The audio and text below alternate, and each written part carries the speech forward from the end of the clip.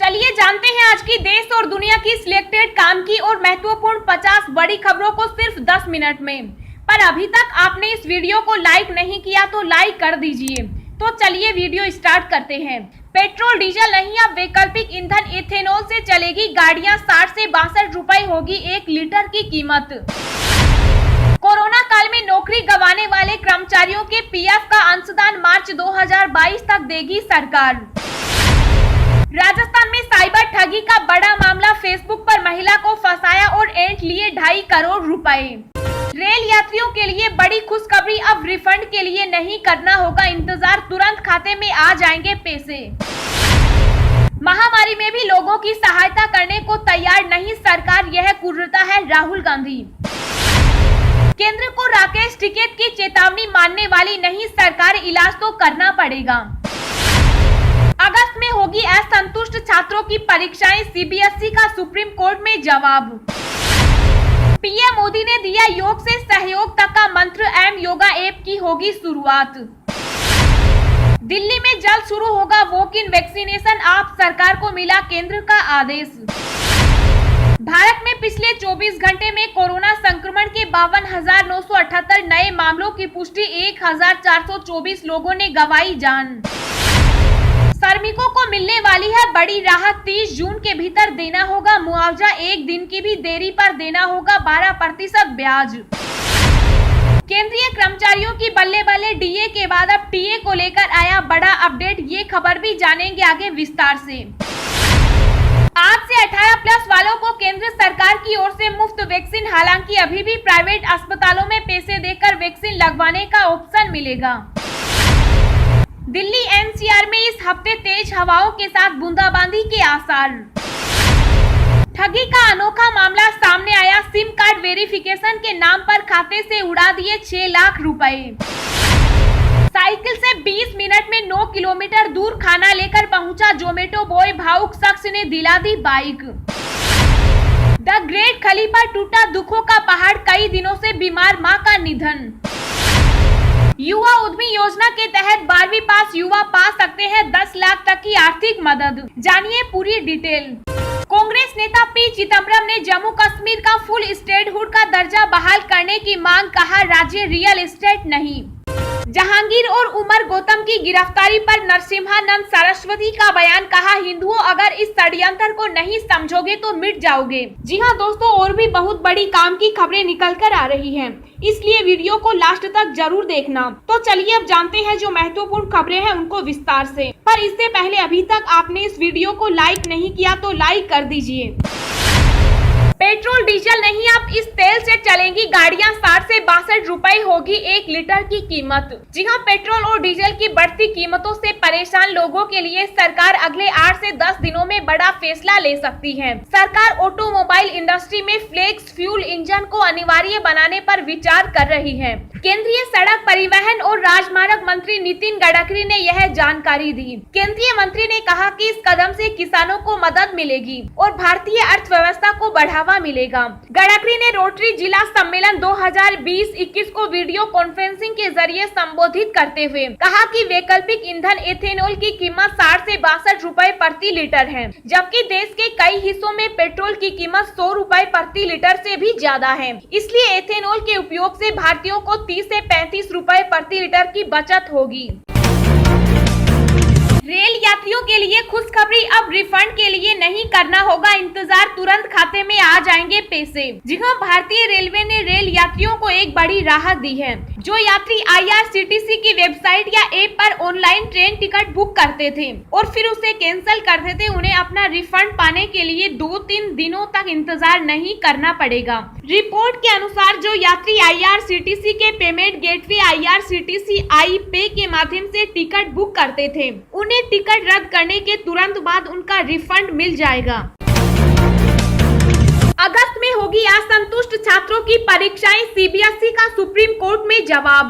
जी हां, बोर्ड परीक्षाओं और मूल्यांकन संबंधी याचिकाओं पर सुनवाई के दौरान सीबीएसई बोर्ड ने 12वीं की वैकल्पिक परीक्षा अगस्त सितंबर में कराने की बात कही। सीबीएसई बोर्ड ने कहा कि हम पूर्व घोषित मूल्यांकन नीति से रिजल्ट तैयार कर रहे हैं। परिणाम 31 जुलाई तक घोषित कर दिए जाएंगे। मूल्यांकन और रिजल्ट से असंतुष्ट छात्रों को मध्य अगस्त से सितंबर के बीच परीक्षाओं में भाग लेने का मौका दिया जाएगा।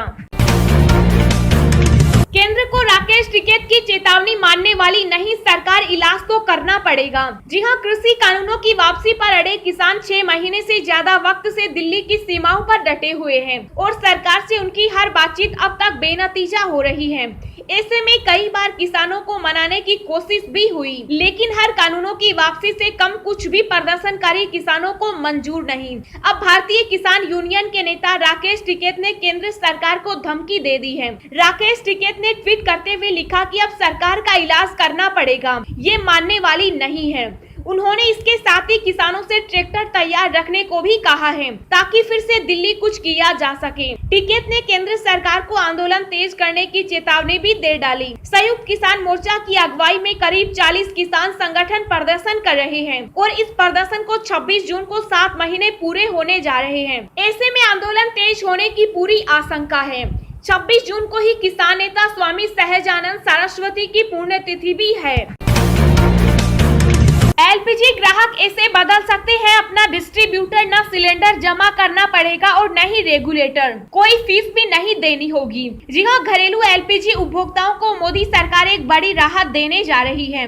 अब ग्राहक खुद ही यह तय कर सकेंगे कि उन्हें किस डिस्ट्रीब्यूटर से गैस रिफिल करवानी है। इस सुविधा को रिफिल बुकिंग पोर्टेबिलिटी नाम दिया गया है और देश के चुनिंदा शहरों में पायलट प्रोजेक्ट के तौर पर अगले हफ्ते से इसे शुरू किया जा सकता है। बता दें कि डिस्ट्रीब्यूटर चुनने के अलावा सिलेंडर बुक करने की पूरी प्रोसेस में कोई बदलाव नहीं होगा। फिलहाल इस योजना को पायलट प्रोजेक्ट के तौर पर शुरू किया जा रहा है। सरकार ने इसके लिए चंडीगढ़, गुड़गांव, पुणे और रांची को चुना है। अगर पायलट प्रोजेक्ट सफल रहा तो इस योजना को धीरे धीरे बाकी शहरों में भी लॉन्च किया जा सकता है।